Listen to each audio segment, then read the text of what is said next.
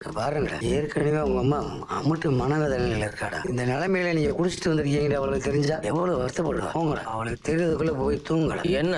நீ மாமா ரூம்லயே தூங்கிடுவேன்னு நினைச்சேன். நானும் அப்படிதான் நினைச்சேன். ஆனா அண்ணன் தான் நான் கொஞ்சம் தனியா இருக்கணும், நீ போன்னு சொன்னுச்சு. தேவையா இதெல்லாம்? எதெல்லாம்? எதுக்கு இப்ப குடிச்சிட்டு வந்த? எனக்காகலாம் குடிக்கல ராஜி. அப்புறம் வேற யாருக்காக குடிச்ச? மாமா வேற குடிக்க வச்சிருக்க நீ. ஹலோ, நான்லாம் யாரையும் குடிக்க வைக்கல. அண்ணன் சுய விருப்பத்தோட தான் குடிச்சது. இந்த விளக்கத்துக்கு ஒன்றும் குறைச்சல் இல்ல. இருக்கிற பிரச்சனை கிடையில இந்த பழக்கம் வர உனக்கு முக்கியமாக்கும். பழக்கமா?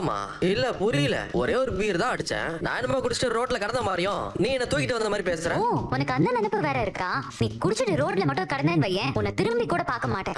அதான் தெரியுமே. இனிமே குடிச்சிட்டு வந்தேன்னு வை, என் வாய் பேசாது, என் கை தான் பேசும். என்ன அடிப்பேன் நான் சொல்றேன். ஆமா, பல்லார்னு ஒண்ணு வைப்பேன். இன்னைக்கு என்ன இவ்வளவு திமுறா பேசுறா? ஆனாலும் பலார்னு அரைவன்னு சொல்றா. அம்புட்டு திமுறு கூடாதே. அப்பா முடிச்சிட்டு தான் இருக்கா. அப்போ ஓகே. என் மேல கோவமா இருக்கியா ராஜி? நான் குடிச்சா உனக்கு பிடிக்க மாட்டேங்குதுல? நீ இல்ல, எனக்கு யார் குடிச்சாலுமே பிடிக்காது. சரி சரி, இனிமே நான் குடிக்கல. நீ ஒரு போலீஸ் ஆபீசர் ஆகணும்னு நினைக்கிற. ஒரு போலீஸ் ஆபீசரோட புருஷன் குடிகாரனா இருந்தா நல்லா இருக்காதுல்ல? பேசாம படுத்து தூங்கு. நீ போலீஸ் ஆயிடுவல்ல ராஜி? தூங்குன்னு சொன்னேன். பதில் சொல்லு ராஜி. போலீஸ் ஆயிடுவல்ல? ஆயிடுவேன்.